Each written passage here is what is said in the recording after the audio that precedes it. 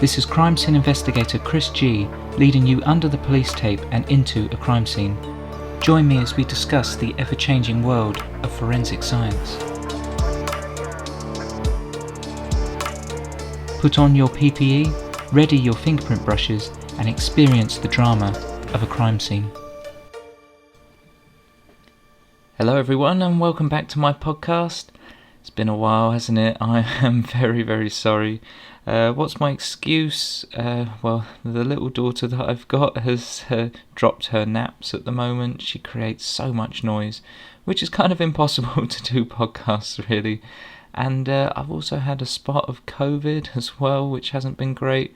I've been meaning to put out this podcast for a while, but where I've haven't been very well, it's just delayed things slightly. Thankfully, I didn't get it too bad. It was almost like not as bad as flu, but just a little bit worse than a cold. And yeah, my heart goes out to those people that have got it, that have really, really struggled with it. And it's crazy, isn't it? We all react so differently to this virus. It's it is absolutely mad. Some people get it without symptoms, and the worst happens to some other people. But yeah, I'm here. I'm doing my podcast again. And again, sorry, it's been a little while. Thank you to everyone who's reached out and just encouraged me to carry on doing this. It's something that I have to pay for every month because of the podcast site that I'm hosting with. So money's going out of my account every month. But I wanted to keep the podcast that I've already done available for you all to hopefully enjoy. So I've decided to switch out the format a little bit for my podcasts now. What I'm going to be doing is talking about my recent activities that I've been up to, any news that's forensic related. I might talk about closed cases that I've dealt with that I'll try and anomalize, just so there's no contention there, and answer any of your questions.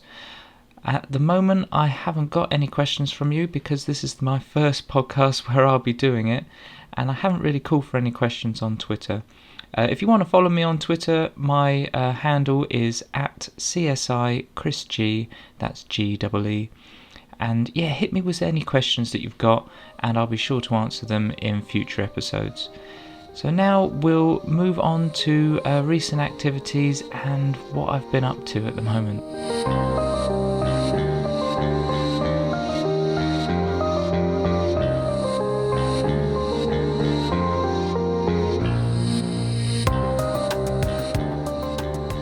Right, welcome back. So at the moment I've, as I said, I've had COVID, so I'm very grateful to my work for allowing me to work from home, and I was just able to sort of crack on with all the paperwork, all the reading that we've got to do. But I've had a few sort of interesting cases. My first case back from being ill was a cannabis factory, so that wasn't ideal. I ended up working about a 12-hour shift, just surrounded by 200 odd plants. And when you're not feeling that great, well, I don't know, maybe it helped a little bit because people do self-medicate with cannabis. But for me, it was just a long day. It was on my feet. It was in really poor conditions. You had zero lighting in there, zero ventilation. So it was a bit of a struggle. But cannabis factories, of course, in the UK are illegal. I know, like in other countries, you can sort of grow it for your own personal use. This was obviously to supply, and of course the dangers of cannabis when you're supplying it, sort of not medically, when you're doing it, in these kind of setups. The dangers are that you don't know what's going into the drugs that you're purchasing. You don't know these, control measures that are being taken into place. Obviously, none of this stuff is getting assessed before it's going out. They just want to put it out onto the streets, make as much money as possible. And I think a lot of people that take cannabis don't really think about where it's come from or how it's made. So a lot of the times we'll refer to a person that's tending to the plants as a gardener, and this gardener can be someone that's, say, trafficked into this country, that has had their passport taken away, and is kind of forced to work against their will. And of course, I think people that just get their cannabis, their little bag of it, don't really think about the struggles that someone might have had to, go ahead and make the product that you're now smoking. And yeah, there's some really, really sad stories that come out of this. People just set up these cannabis factories, absolutely wreck the home that they're sort of renting. They'll bypass electrics to, not pay the full amount, and maybe they would have bypassed electrics so the neighbour's getting charged, which is really unfair to the neighbour. And of course it attracts unsavoury people to what could be a nice neighbourhood most of the time. So yeah, it's really worth thinking about that. And of course, as a forensic point of view, we want to try and identify who's been setting up these cannabis factories, as well as who's tending to them. And maybe if we identify who's tending to them, it might not necessarily lead to a conviction, because they might be a victim themselves. So we've always got to keep an open mind with that. And what we want to do is get these cannabis factories off the streets. So yeah, there's little harm to the communities now. So my role would be to kind of go in and see if there's any forensic evidence that I can help place someone at the scene. When I say the word place, what I mean is that I'm not going to go in there and place anything to wrongly convict anyone. I don't want to end up in a documentary on Netflix in 20 years' time where I've done that. Hashtag making a murderer. But what I'm looking to do is to see if any evidence is within this place that would help, say, identify someone that's using it. And that could be anything from, say, me developing fingerprints, me looking at any discarded items. I'm not going to go too far into it, just in case I've got like a crime lord listening to this podcast looking for tips with a notepad. But yeah, it can be like a really fun activity to do. You just walk into this room, every room's different, and you just got to use your head and work out, right, what's going to be the best source of, say, DNA or fingerprints or anything like that. And yeah, it's really fascinating, it can be. And I work alongside a drugs expert witness, so they will kind of look at the production that's being undertaken. They'll look at the yield and say how much it's worth. So they'll know kind of like how big, say, the plant is, how likely they are, or how much the profit that this plant will make someone. They'll look at the setup, link setups between one another, and kind of get an idea of who's done it. And they are invaluable when I'm at a scene, because it just takes the onus off me to do all those recordings of, say, plant yield and everything, and I can just really focus on fingerprints and DNA. So that's kind of what I'll do at a cannabis factory. I hope that's inspired you to maybe want to become a crime scene investigator and tackle cannabis factories and not set up a cannabis factory yourself. I really wouldn't recommend it, because what's going to happen is you're going to spend so much money setting it up, and then the police are going to come along and seize it all. And then it's just going to be a complete wasted exercise. So please don't set up a cannabis factory if you wouldn't mind. Next, I'll move on to forensic news and what's making the news at the moment.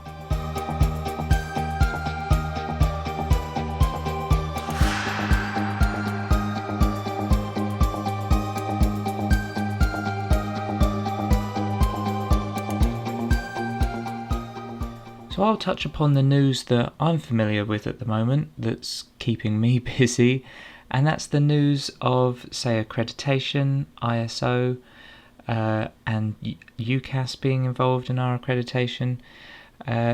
You might not know about this, or some of you might if you're, say, like university goers, but basically the whole country is undergoing accreditation where all our work has got to be assessed and validated, and that's an ongoing thing. So it's not just something where someone will come in and say, yep, your processes are good, you're fit to do your job. It will be like we'll have ongoing assessments, much like teachers, just to make sure that, like your skills aren't slipping, you're still delivering the same service as you were, say, a few years ago. And that can only be a good thing, right? It does have its challenges, believe it or not. Our accreditation, so all our procedures that we've got, some of them are fantastic. They give us a real kind of backbone to work from, and they're invaluable for new staff that are coming in that say want to learn the job and want to know the best procedures. But there are some parts to our procedures that are really tricky, that we're really struggling with. So for example, we've got to do, say, a full write-up within our scene to make sure our notes are contemporaneous, and that basically means that they're written at the time, so there's no gaps in your memory, there's no things that are forgotten or omitted, which makes sense. I mean, that is the best way to do your note-taking.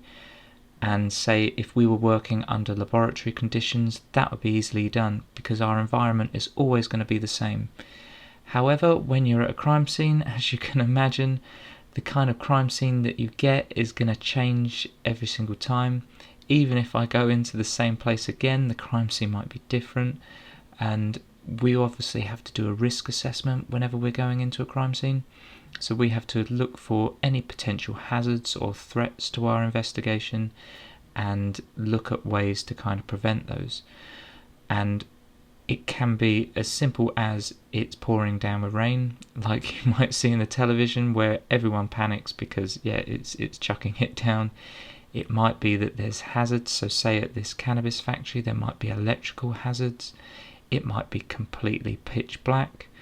So it's going to be really hard for me to do a full note-taking, say, on a laptop if I'm in the middle of the woods at 3 a.m. and it's pouring it down with rain and I've got no shelter. It's just not going to be possible.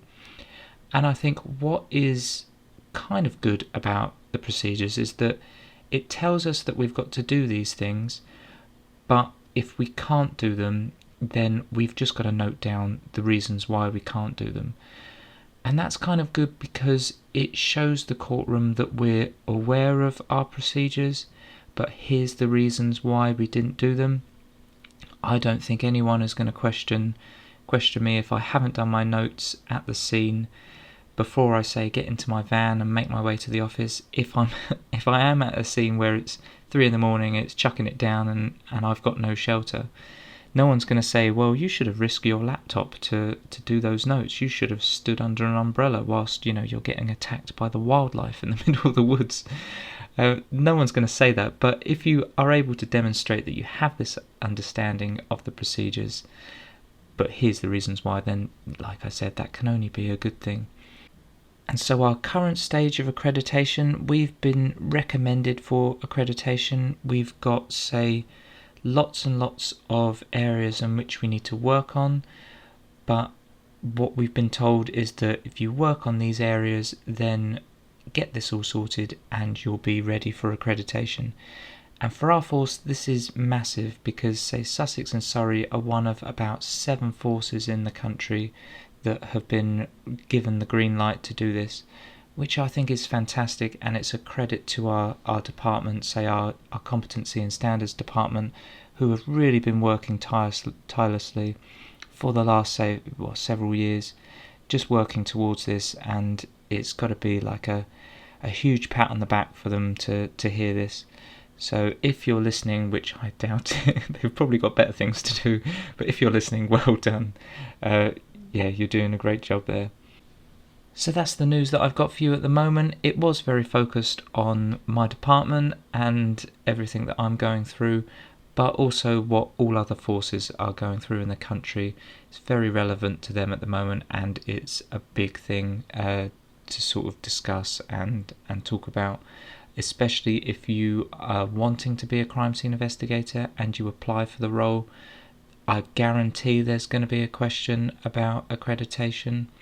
So if you've got any examples of when you have to work towards, say, like policies and procedures and really kind of focus on them, maybe you've gone against a policy and procedure for a good reason and you've documented why, and it hasn't brought your company into disrepute, then that's always good. And that's a very good example to bring to the table if you are going to apply for one of these roles.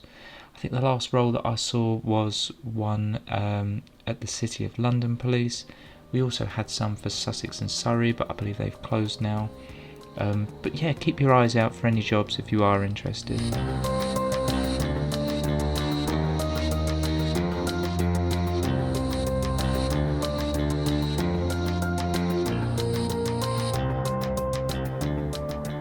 This brings me to my case closed section. So this is a part where I talk about a job that I've done previously where the case is now closed, it's now finished. So I'm sort of free to talk about it with some discretion. And it's going to be really, really boring, this this case, but it was my first ever court appearance for this role, and it led to a conviction, a fine against the chap, and it was just really nice to see this case from start to finish. And I think I must have been about 22, maybe 23 years old when I went to court and gave evidence. So I was really young in my career now, but it really gave me that sense of, wow, this is what I want to do. This is how I want to, help society and everything. So basically what happened was a young girl had just got her new car. It was, I don't think she'll disagree with me by saying it wasn't the best car in the world. Like, your first car isn't supposed to be, because you're still learning. But it was her pride and joy. She'd spent a lot of her money towards this car, and you it's your freedom that you've just got this new car, and all you want to do is spend time in it and go places that you haven't been before. And one night, a chap we didn't know at the time, a person has come up to her car, pulled the door back, really damaged the door frame, managed to unlock the car, go in and steal her stereo. So it was just that classic kind of, break into a car, steal the stereo, and off you go. And I think she had quite a nice stereo. I remember back to my youth, I had quite a nice stereo, because those things were important in cars then. Now you just long for a bit of peace and quiet. But so she'd obviously been out of pocket because she's going to have to buy a new stereo. She's going to have to get the door fixed. Maybe she uses this car as a commute, so she's going to have to pay for public transport. So it really was a huge inconvenience for her. And if you haven't experienced crime before, then it kind of, I don't know, I feel like it affects people even more if it's your first crime that you've ever gone through, because it's just that whole kind of ordeal that you're not familiar with, that then you have to start thinking about, and you have to replan your day and everything. So I waddled along and with my fingerprint case, and managed to get some fingerprints on the door that had been pulled back, and those fingerprints I then took back to the office. I sent it through to the fingerprint bureau, who looked over them and managed to identify a young male who was quite local to the area, and I think was known to do this sort of thing. So he's arrested. He says that no, I've never done it. It wasn't me, gov, kind of thing. Which then, the officer can then lay the trump card and be like, well, your fingerprints were found in the car. What are they doing there? And so, long story short, because you've probably got better things to do than listen to this podcast all day, it then went to court. He's then taken to court because CPS, our Crown Prosecution Service, have deemed that there's enough evidence there to warrant a trial, and it then goes to Magistrates Court. Now, if you're not familiar with the court systems, we've got Coroner's Court, which is just where inquests into, say, deaths go. and they can be, say, non-suspicious deaths that maybe there was something that could have been done to prevent that death, so it needs to be discussed. You've got magistrates' court, where you've got a magistrate, which also known as a judge, but you don't have a jury there, so a magistrate will determine the outcome of the case. And then you've got, say, your Crown Court and then your High Court, but your Crown Court is where you get your jury, so the judge doesn't make a decision there necessarily. It will be the jury that makes that decision. You can have non-jury trials at Crown Court. I've been to them before, but this is kind of where, you know, your serious cases will then get discussed. So we went to magistrates' court. I had a magistrate with me. I had a prosecutor for the CPS, and then there was the defendant, who was the person on trial, and he also had a defence barrister with him as well. And I got up and gave my evidence. I said, you know, who I was, what I do for a living, and what I was presented with, and how I went about, say, recovering the evidence and the evidence that I did recover, just describing that in a little bit more detail. One of the questions that the defence gave to me was, why didn't I recover fingerprints within the car? And this could be due to, say, the surface type. If someone's handled a seat and the seat's kind of cloth, then we can't really get fingerprints from fabric material, and that's just because of this sort of like, it's not really a completely flat surface. I'm sat here looking at my top now trying to describe it, but yeah, where it's not a completely flat surface and it's easily adaptable, like it's not going to stay completely still. It's not the best surface for fingerprints at all. So yeah, I had to kind of explain that and explain why I didn't get fingerprints within the car, but what I did get was those fingerprints on top of the car door where it had been pulled back. The defendant put together an argument, and I think his argument was something along the lines of he'd seen the car, he saw that it had been broken into, and he's quite nosy, you know, he likes to roam around the area at night and just have a look at things, and he saw that the car had already been broken into.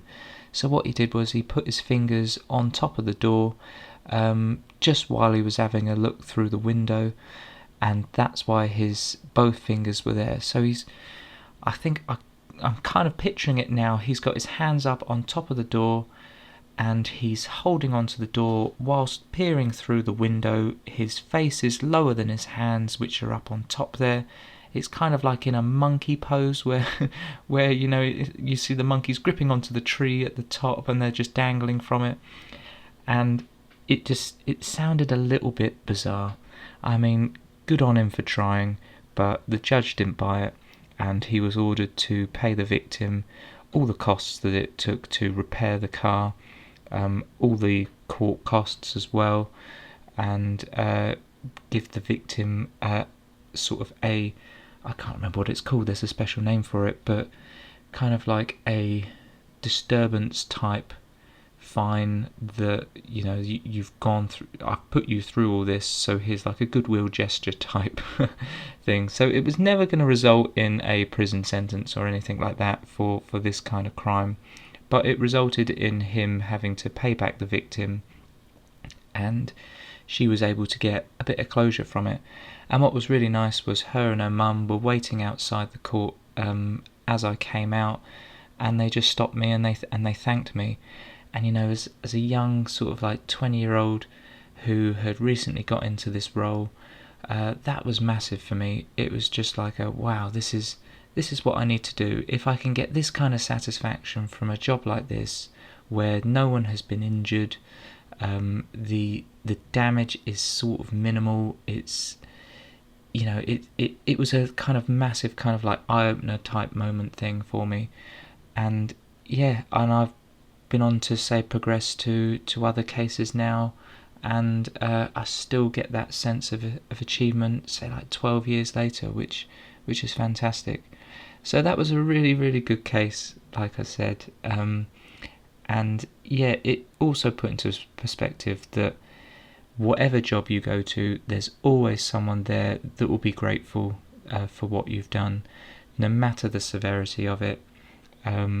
So yeah, it just kind of made me kind of focus on whatever I'm at, I need to do the best job I can possible, because yeah, whatever job it is, someone is going to hopefully be appreciative of what I've done.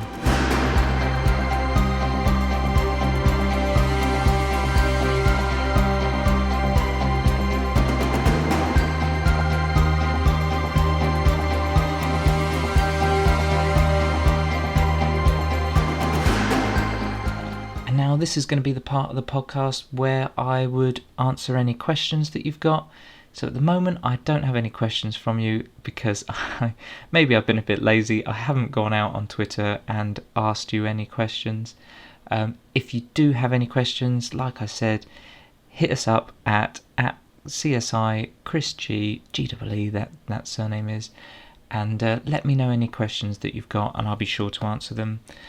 One question that I'm always asked is, do you need a degree to do this role?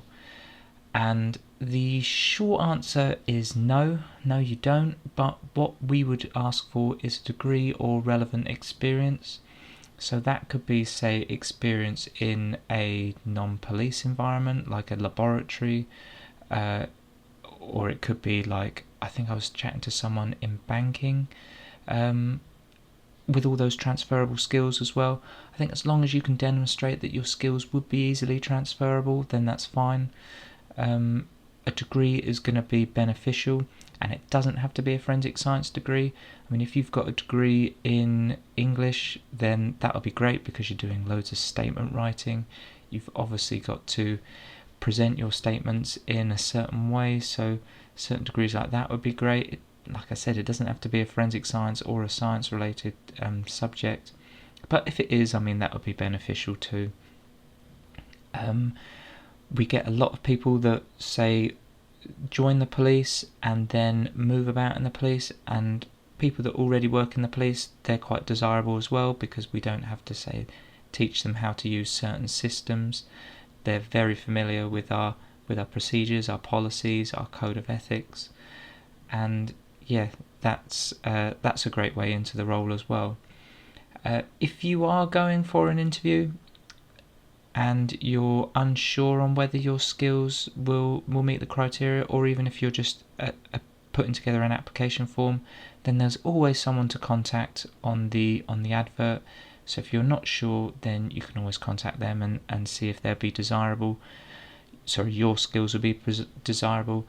But I think the person on the other end of that phone will probably tell you to just do it anyway, because they wouldn't like to be the kind of person to ruin your hopes and dreams if actually you might be good for the role, even if you don't have that relevant experience.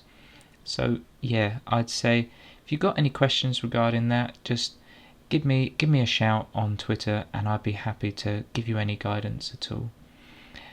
But yeah, if you've got any questions as well, let me know and I'll be sure to answer them in future podcasts. And that's it. That's me signing off for today. I hope you really enjoyed this podcast. Thank you so much for tuning in and for your patience for me not putting together one recently at all. Yeah, I won't hit you with the excuses again. You've already heard my feeble attempt at gaining your forgiveness. But yeah, I'm really happy to be back doing these, and the biggest reason is because of you guys that are listening to them. I really value your feedback, so if you've got any feedback that you want to give me, both positive and negative, just make sure the negative is fairly delicate because I never know what day I'm having. But I'm very happy to hear the feedback that you've got, so that would be fantastic. Thank you ever so much for listening, and I hope to catch you soon.